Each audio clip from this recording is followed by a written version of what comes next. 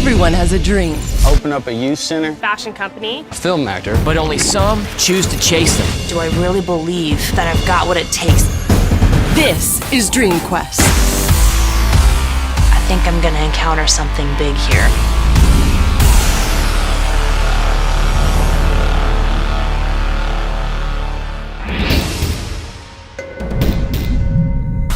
We knew going into it that this event was going to be difficult, but it was more difficult than we even imagined. At this point, only one team has been able to get their canoe from the bottom to the surface, Holden and Sydney. But it was going to be equally as difficult to get the water out and for them to get in. The only way to get the water out is if the lips of the canoe were out of the water, which wasn't easy because on one side you have the waves crashing in. So if you try to push that side up a little bit, you've got the water seeping in the other side. So we had to try really hard, Holden and I, to balance it and then just take turns getting buckets out as quick as possible before those waves came in. As soon as we got past the tipping point of knowing that, some rogue wave didn't come out, we were going to be able to get the rest of the water out, that's the point that I knew that we had it, because I looked around and nobody had even gotten their knots undone. And then we had to get into the canoe, so I'm a little bit lighter than Holden, so he balanced it out for me to get in, and then I'm just like trying to, balance the whole thing while he's getting in, which is not easy.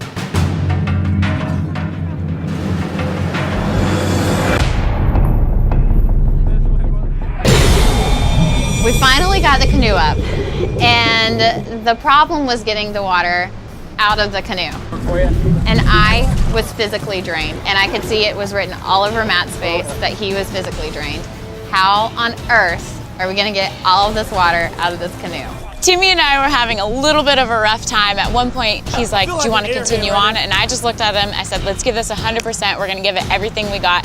Next thing I know, he loses the flipper, no contact, and he dives down in the water, undoes the knots, shoots straight back up, and yells, we got this! I was so amped, and I knew that we were gonna finish that challenge strong. The canoeing part was actually the easiest part of the challenge, but it was a long way to get around that buoy and back. We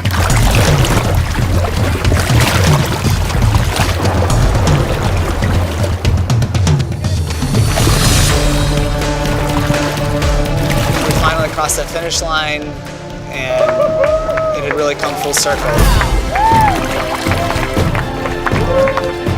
What's cool about how all this worked out is in round one, Holden helped Sydney win and ensured his loss. And now as the roles are reversed, Sydney has helped Holden win.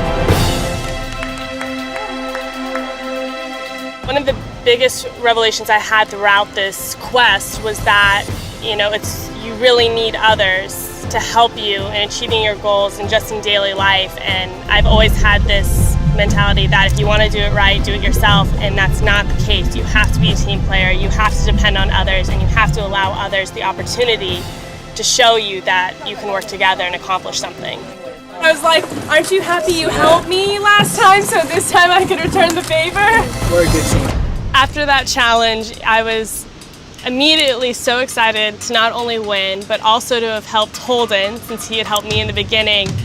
But then I had this fear of, now I have to compete against him in the end, and I'm not too excited about that. I just went back down and I just started grabbing blocks and was like, and that's when we got pumped as a team. I just looked under the water and I saw the canoe coming up and I was like, it's coming up, it's coming up. Oh, there it goes, it's coming up! There we go, baby! Yeah! And we were just having fun from there instead of getting frustrated with each other. At one point, we both looked at each other and thought, I knew it was like connection. Can we even do this? And then it was like refocus time. And we just killed it. Just started getting the water out as much as we could, but we were drained.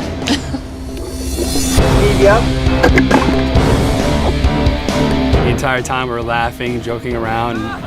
We just kept both bouncing off of each other and just staying very positive. It was almost like we were delirious. We were so tired and drained, and we both just started singing as we paddled, and it was like a rhythm thing, and that just kept us going. Well, in the end, I felt great. You know, we finished second, didn't win it, but, you know, we had a great time doing it. And I felt so good about it. I had to get up and start dancing, and before you know it, boop, tipped over.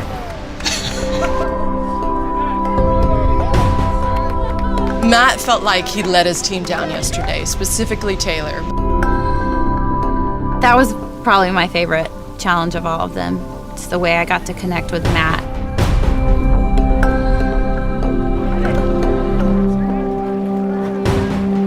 I love that we just ended that challenge laughing. We never gave up. We gave it 100%, and in the end, I was so proud of the both of us.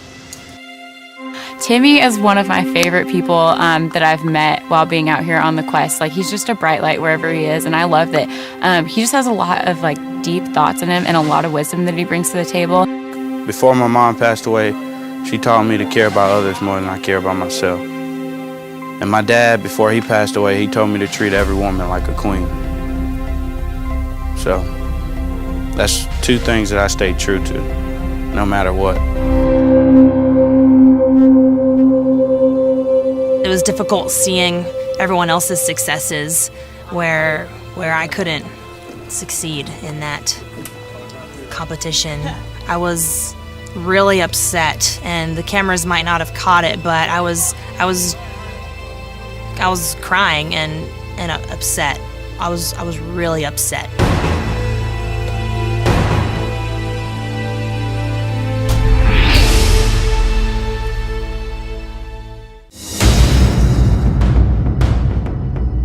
Today, the event was about communication, and I know personally I have a tough time communicating my dreams, so I went to Sean and Courtney.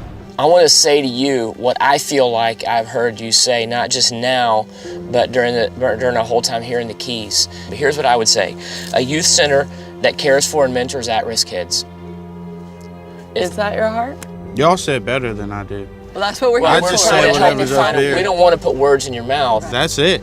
And so that's what you say. And then everything else after that would support that statement. So what Sean just did was he basically wrote a mission statement for you. A mission statement is a short statement like that anyone can remember, that you can remember to say to other people, and it helps keep you on target. Oh, for sure. It's going to be huge. Awesome. Thanks, Timmy. Thank you.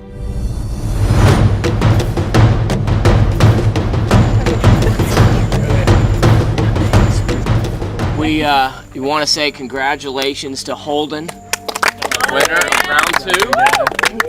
Holden, you advance on to the finals to join Sydney with an opportunity to pitch and possibly win your dream. Tomorrow begins round 3, where one more person will have a chance to join the two of you in the final pitch.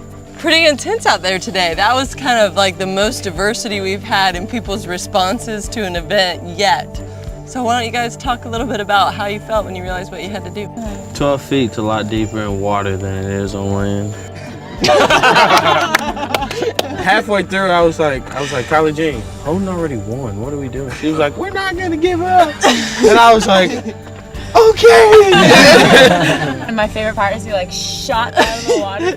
He's like, yeah, baby, this is it! I can only go so far and push myself so much before I break. And I realized how important it was to sometimes take a step back from a fight instead of engaging and being worried about if I'm pushing myself too far. This is so important to your dream. But bigger than that, it's important to your life, because no matter what you do, you're going to have to communicate. And so being able to express your dream, being able to express yourself, is so important to help other people understand it. So there's 3 things we kind of want you to be thinking about. One is, how well are you in expressing your ideas? Could you do a better job taking time to think through what it is you want the other person to understand? And sometimes this takes effort, and we get lazy in communication because we don't want to give it that effort. We want the other person to make the effort. Second thing is listening. Communication is more than talking at someone. Communication is a combination of talking and listening. Hearing what they are saying, hearing their heart, hearing what they're trying to communicate. And then the third important ingredient is timing. You know, the timing of when you're going to say something, when you're going to communicate something. And those are 3 important ingredients to good communication and communicating your idea, your vision. As Sean's listing off some of those ideas, are there any of them that as soon as he says them, you're like, yeah, I struggle in that area? I can give a specific example of me failing in that area with Timmy during the Go Ruck Challenge. We were in the sand and I was trying to communicate something that I wanted to be done, but I was a little bit flustered and in the moment was picturing something in my mind and using about 2 words and repeatedly saying that to Timmy, trying to get him to understand that when it was completely my fault in not calmly communicating what I wanted to communicate. And he got on me and he was totally correct about that. I wasn't communicating properly, that I wasn't leading in the way that I should have been. So I apologized to him afterwards for that. And how effective I am at communicating to other people goes back directly to the empathy that I have for other people. Because I have my own style of communication that I naturally communicate in. And I keep a close knit of friends, and everybody understands my slang talk. And I realize when I get around a different group of people, I say something and people are like, what? And people don't understand all the things I say. And that's something I need to improve on. If I want to reach out to people and have people volunteer to help kids, nobody's going to be willing to help me and help the kids if they don't understand where I'm coming from.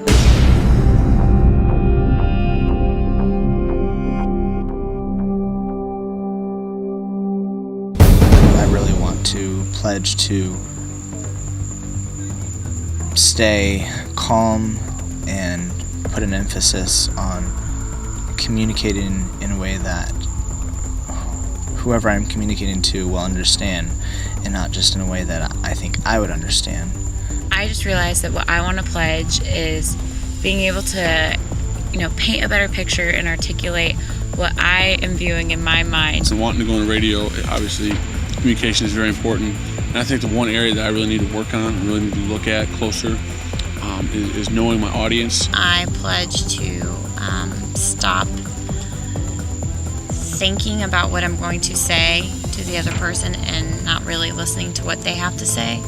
Sometimes I'm thinking about what I'm getting ready to say, and that shouldn't be the case. I should be really listening to what they are telling me, and then after they have finished their comment or their statement, make my decision on what I'm gonna say. I pledge to communicate.